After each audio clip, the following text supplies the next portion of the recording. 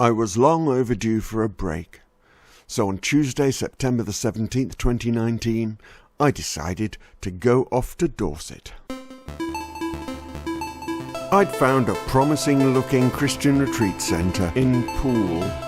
On the way, I interrupted my journey, not at a motorway services, but I pulled off to the little village of Whitchurch. Here is its throbbing hub, and just there you can see the seats of the little cafe where I sat out in the sunshine enjoying a coffee and a very nice pastry.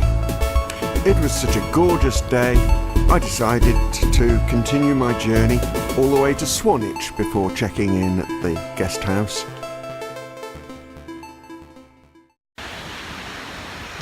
Well, here I am in Swanage, just arrived about 20 minutes ago.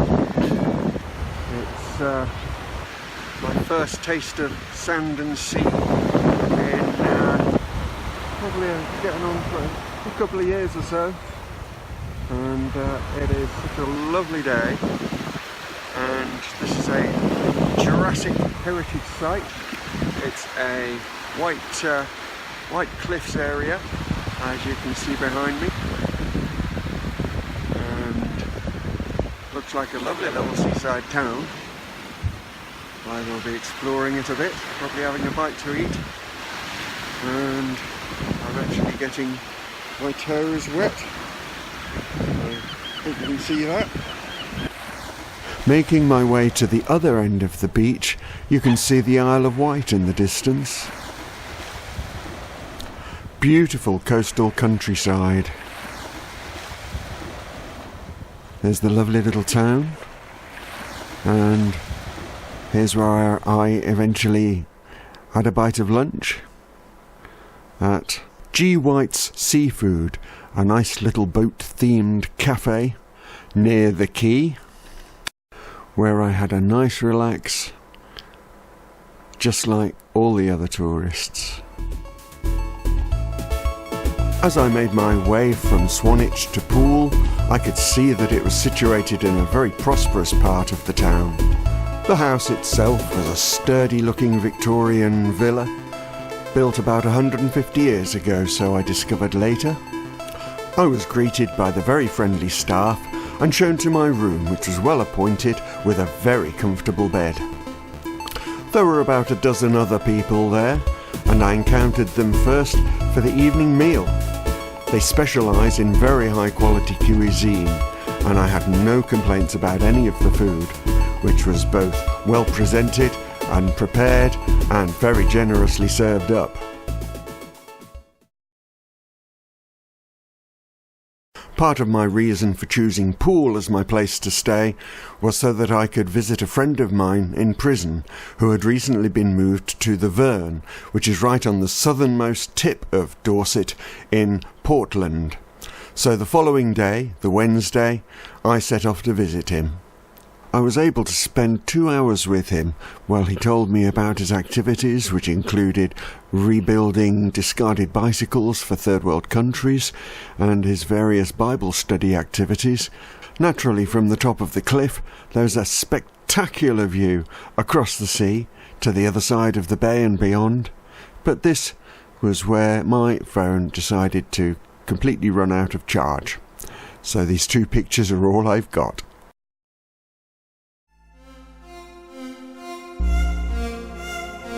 Thursday, I was not well. My digestion was giving me trouble.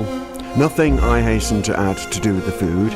It's just the way my guts are sometimes.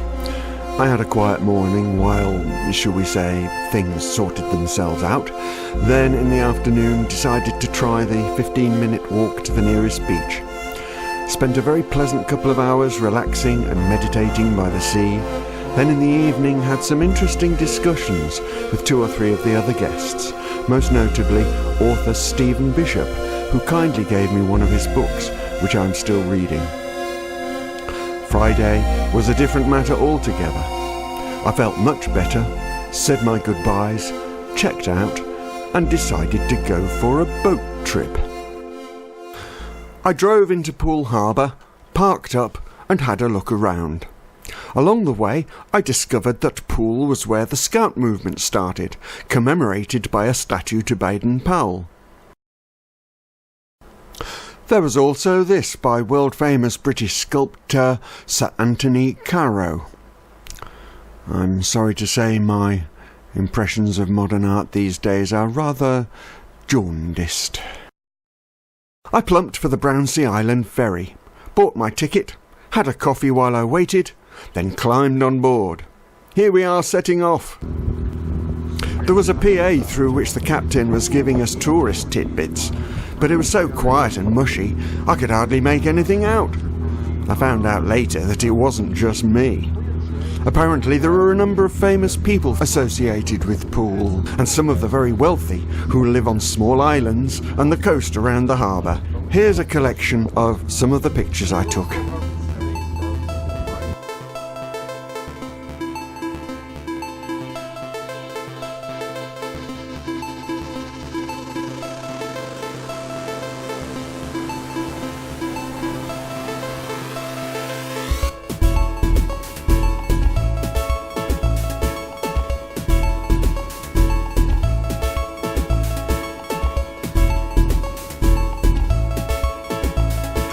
This is the wharf at Brownsea Island, where the ferry stops. The island is National Trust property, a wildlife reserve, and where the Scout movement started.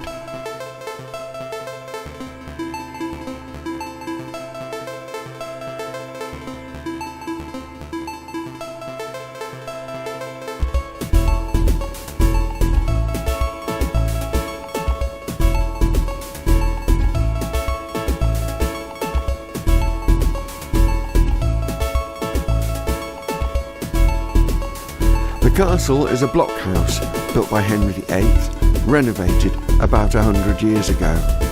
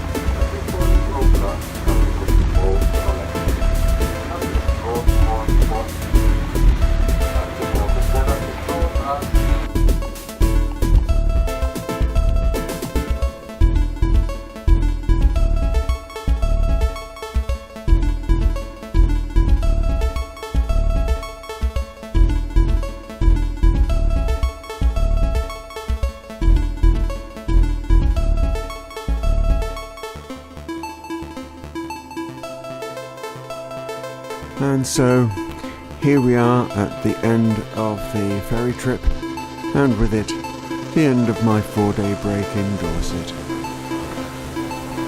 I left the boat, found my car, and embarked on what turned out to be rather gruelling journey back to Coventry.